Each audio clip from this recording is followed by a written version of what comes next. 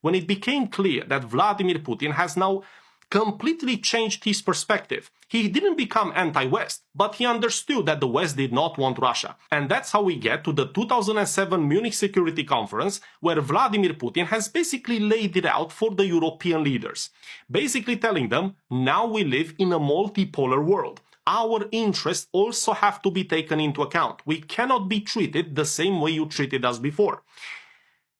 But of course, it fell on deaf ears. The United States was still very much interested in expanding NATO closer and closer to the Russian border, and Vladimir Putin knew that it was only a matter of time until Ukraine would be dragged into NATO. And that's exactly what happened. From that point onwards, there were numerous attempts, continuous, on the part of the collective West to bring Ukraine and Georgia in NATO. But you know who opposed that? Angela Merkel was one of the opponents of this idea, because even though, with all her sins, she understood that Vladimir Putin, for that, will go to war. Many people didn't understand that, and the United States simply didn't care about it.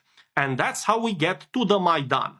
Those were other broken promises made to Russia. But now, the West was perfectly aware of what they were doing. Angela Merkel, in her own words, said, well, we knew that this was a sham, as in their own guarantees vis-a-vis Russia, but we had to do it anyway because we were just trying to buy time for Ukraine. In other words, we lied to Vladimir Putin knowingly, deliberately.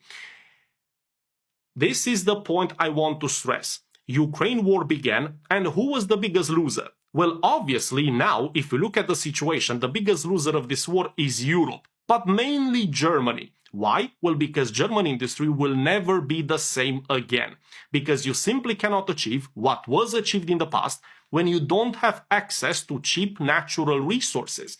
That's just the reality of the situation. Do you know who's perfectly content with this status quo? It's the United States. So when I see comments like that from Marco Rubio, Donald Trump is losing patience, this is not his war. In my opinion, Donald Trump is not anti-war, as Mr. Rubio seems to suggest. Far from it. I mean, just take a look in other parts of the world and you will see very quickly that he doesn't have a problem with wars when he's winning them. He just doesn't like losing wars, and he doesn't like losers in general. But that's a different conversation. But when Donald Trump says, I would like to see this war in Ukraine and as soon as possible, I believe him. And I'm going to tell you why I believe him. He understands very well that the biggest victory for the United States in the conflict in Ukraine has already been achieved, because that victory was separating Russia from the rest of Europe and increase Europe's dependency upon the United States. The biggest victory has already